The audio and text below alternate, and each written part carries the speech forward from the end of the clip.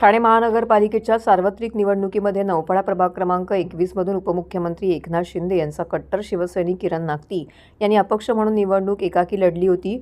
जनशक्तीचा उदंड पाठिंबा असूनही या लढतीमध्ये किरण नागती यांना पराभवाला सामोरं जावं लागलं। या धक्कादायक निकालानंतर नागती यांच्या घरी चाहत्यांची रीग लागली असून प्रत्येक जण डोळ्यात अश्रू घेऊन नागती यांना धीर देत आहे। या सर्वांना उद्देशून नागती यांना मी रडणारा नाही तर लढणार आहे असं आश्वासित केलं आहे। नौपाडा प्रभाग क्रमांक 21 मधून शिवसेनेतून लढण्यासाठी किरण नागती इच्छुक होते, परंतु शिवसेना भाजप युती झाल्यामुळे नागती यांनी अपक्ष उमेदवारी दाखल करून प्रतिस्पर्धी भाजपा उमेदवारासमोर कडवे आव्हान निर्माण केलं होतं। मात्र निकालानंतर त्यांची हार झाली। या पराभवानंतर खचून न जाता पुन्हा त्याच जोशामध्ये ते उभे ठाकले आहेत। रविवारी त्यांनी भेटूया नातं जपण्यासाठी असं आवाहन केल्यानंतर तुडुंब गर्दी उसळल्याने त्यांचे लोकांशी नाते कायम असल्याचे दिसून आले। निवडणुकीचा निकाल प्रभागातील असंख्य नागरिकांना धक्कादायक होता। निकालानंतर घरी येत असलेला प्रत्येक जण डोळ्यामध्ये अश्रू घेऊन येत होता। यातून बाहेर पडण्यासाठी किरण नागती रडणारा नाही तर तुम्ही सर्वांच्या आशीर्वाद आणि सहकार्यामुळे नेहमीच लढणार आहे असं आवाहन त्यांना केलंय। निवडणुकीचा निकाल आल्यानंतर 2 दिवस उलटून गेल्यानंतर सुद्धा हजारो जणांची जमलेली गर्दी त्यांच्या पुढच्या वाटचालीसाठी ऊर्जा देणारी ठरलेली आहे। या निवडणूक प्रक्रियेमध्ये शेकडो सेवेकऱ्यांनी सलोखा जपत केलेला त्याग समर्पण कधीच विसरू शकणार नाही असं मत किरण नागती यांनी विविध कामामध्ये निस्वार्थीपणे सहभागी होऊन एक सामान्य कार्य करणारी व्यक्तीसुद्धा अपक्ष म्हणून निवडणूक लढवू शकते हे दाखवून दिलंय। तसेच त्यांच्या प्रचाराच्या कोअर टीमने क्रिएटिव्हली काम करत फुगा हे चिन्ह कमी कालावधीमध्ये घराघरामध्ये पोचवलं। तेव्हा सर्वांनी जर मतदान केलं तर मतदान नक्की गेलं कुठं असा सवाल किरण नागती यांनी उपस्थित करत ईव्हीएम बाबत संशय व्यक्त केलेला आहे। खरं तर आज भेटूया नातं जपण्यासाठी असा एक विचार माझ्या मनात आला आणि मी आवाहन केलं, मी साथ घातली आणि आपण बघतोय की जवळजवळ 800-900 लोक इथे उपस्थित राहिले, संपूर्ण रस्ता भरला होता। हे त्याकरता की मी 2 दिवस सलग माझ्याकडे अगदी समूहानं सगळीजण येत होती।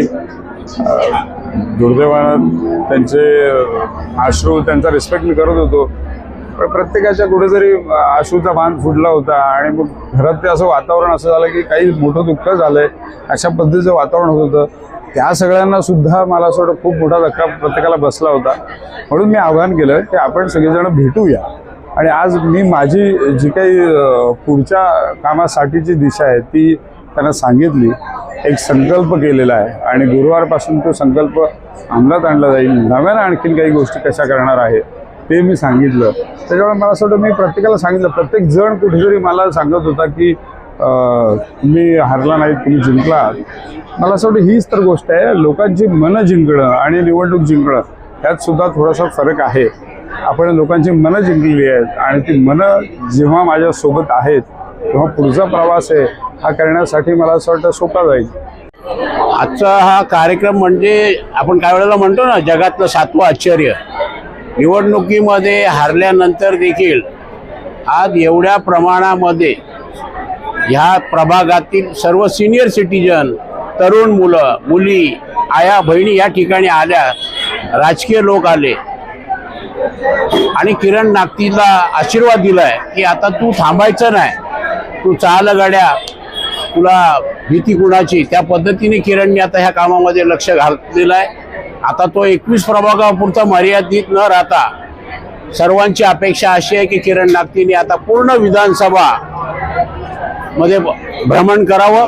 त्याच्या मागे स्वामी शक्ती आहे, जनशक्ती आहे आणि आमच्यासारखे जे कामगार क्षेत्रामध्ये अनेक पक्षामध्ये कामं केलेले लोक त्याच्या पाठीशी आहेत।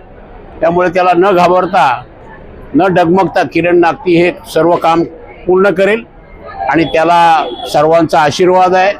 कारण काम करणाऱ्या माणसाला पक्ष पद लागत नाहीये, तो कुठेही उभा राहिला तरी तो पक्ष आणि पद निर्माण करू शकतो। प्रभाग क्रमांक 21 मधून अपक्ष उमेदवार म्हणून किरण नागती उभे राहिले। प्रत्येक जण घरोघर गेलं तर किरण नागतींना आम्हीच मत देणार असं प्रत्येकजण सांगत होतं, परंतु काय घडलं हे आता सांगूच शकत नाही। परंतु ह्या ठिकाणी जमलेला प्रचंड नागरिक आणि त्यांचा पाठिंबा मिळाल्यानंतर खरोखर किरण नागती निवडून यायलाच पाहिजे होते अशा सगळ्यांच्या भावना आहेत आणि ह्या माननीय उपमुख्यमंत्री एकनाथ शिंदे यांना त्या ठिकाणी त्यांना स्वीकृत नगरसेवक घ्यावं अशी आम्ही विनंती करणार आहोत।